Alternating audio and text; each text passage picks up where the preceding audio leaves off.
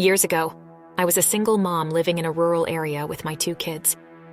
My closest neighbor was about 500 feet away, and the nearest small town was a 20-minute drive. I always felt a certain peace with the solitude that the countryside brings.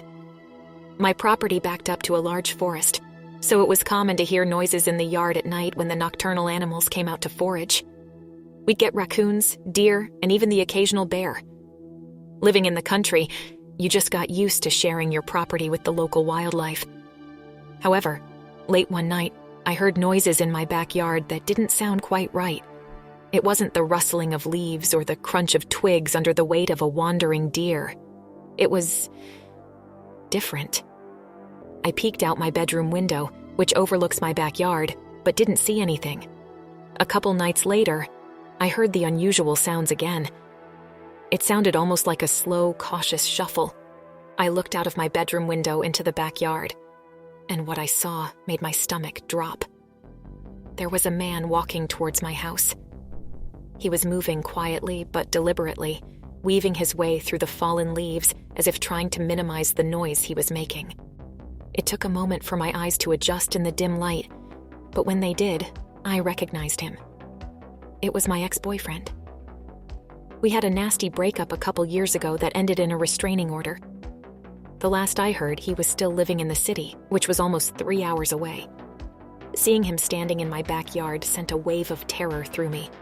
I reached for my phone and called 911, but with the nearest police station being in town, I knew help wouldn't arrive right away.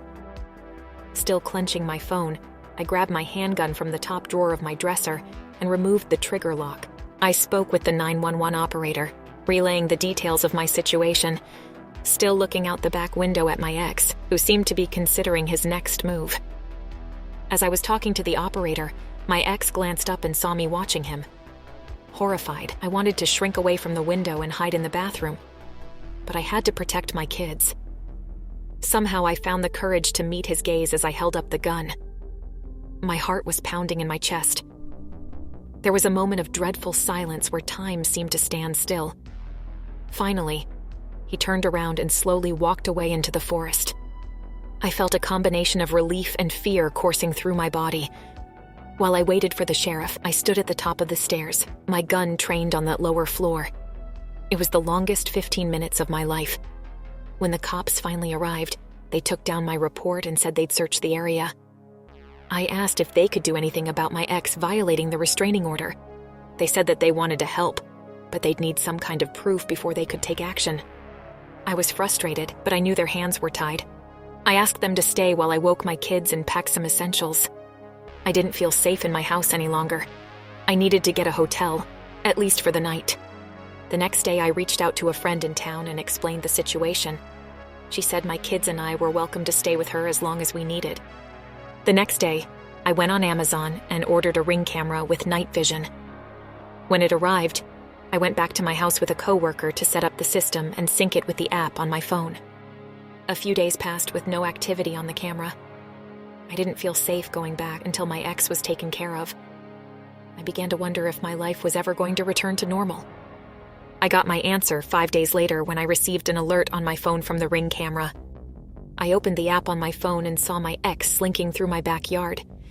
He was closer to the house than last time. It looked like he was trying to find a way in. I called 911 again, explaining that my ex was back, but I wasn't in the house. They sent one officer to my house, while another would meet me at my friend's place, so I could provide them with a link to the surveillance footage. I continued watching the camera feed on my phone, gripped by the eerie black and white video of my ex. After a few minutes, he seemed to realize nobody was home and made his way back into the forest. His slow, almost casual movements sent a cold chill down my spine. A few minutes later, the officer arrived and I texted him a link to the footage. Now that they had hard evidence, they pulled my ex's license plate. Amazingly, they managed to catch him on his way out of town about 45 minutes later. The next few weeks were chaotic.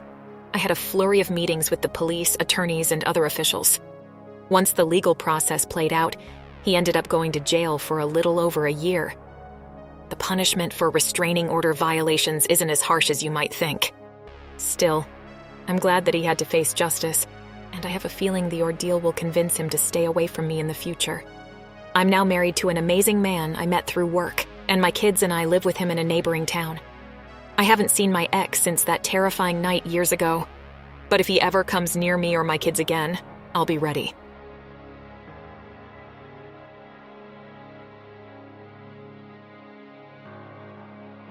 As a nurse, my work schedule is a bit different from most people.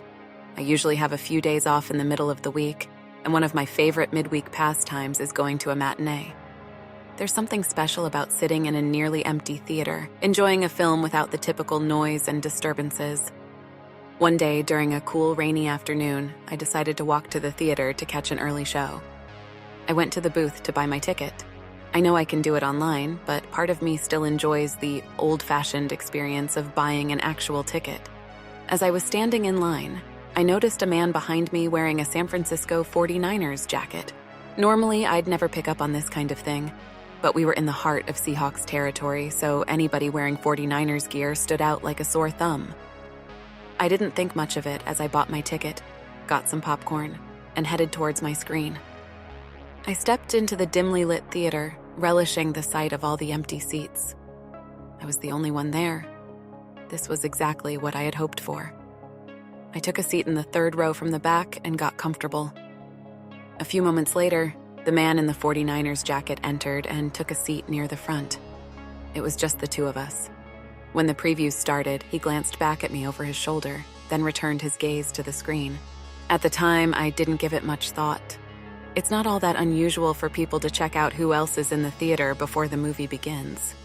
The movie started, and after about 15 minutes, the man got up and moved to another seat a few rows back, closer to me.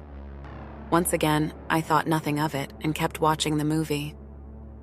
15 minutes later, he got up and shifted to yet another seat, again moving closer to where I was sitting. It was a little odd to move twice in the first 30 minutes of a movie, but I told myself he probably had a valid reason. Maybe he got a weird chair or the floor was covered in something sticky. It's happened to all of us. I returned my focus to the movie, but after another 15 or 20 minutes, he moved again. Now he was sitting just a few rows ahead of me. At this point, I was getting uncomfortable. I could understand moving twice, but 3 times seemed excessive. Still, I decided to stay. I can be very stubborn, and I was determined not to let some guy's odd behavior ruin my day off. In hindsight, that was a mistake. A few more minutes passed, and the man got up again. He stalked slowly towards the back of the theater, passing me and turning down the aisle directly behind me. Panic set in, and yet I did nothing. I can't explain why I didn't just get up and run for the exit as soon as I saw him walking in my direction.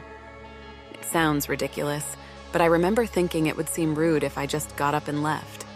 It's crazy to think I was more concerned with breaching social etiquette than my own personal safety. The man stopped and took a seat just to my left, right over my shoulder.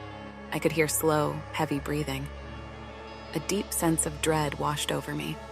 After a few tense moments, I felt compelled to turn around and look in his direction.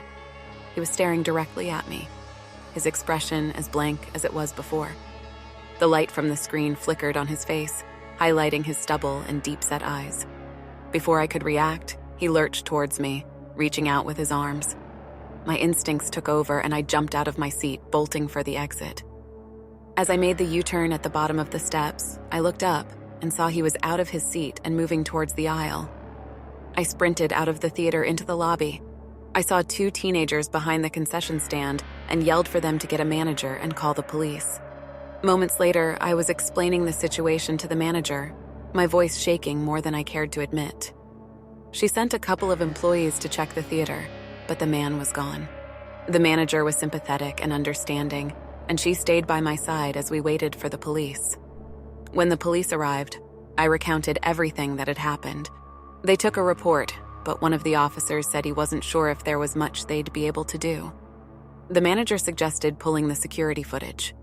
The police officers agreed that it could prove to be helpful, but I had a sinking feeling that our chances of finding the man were slim.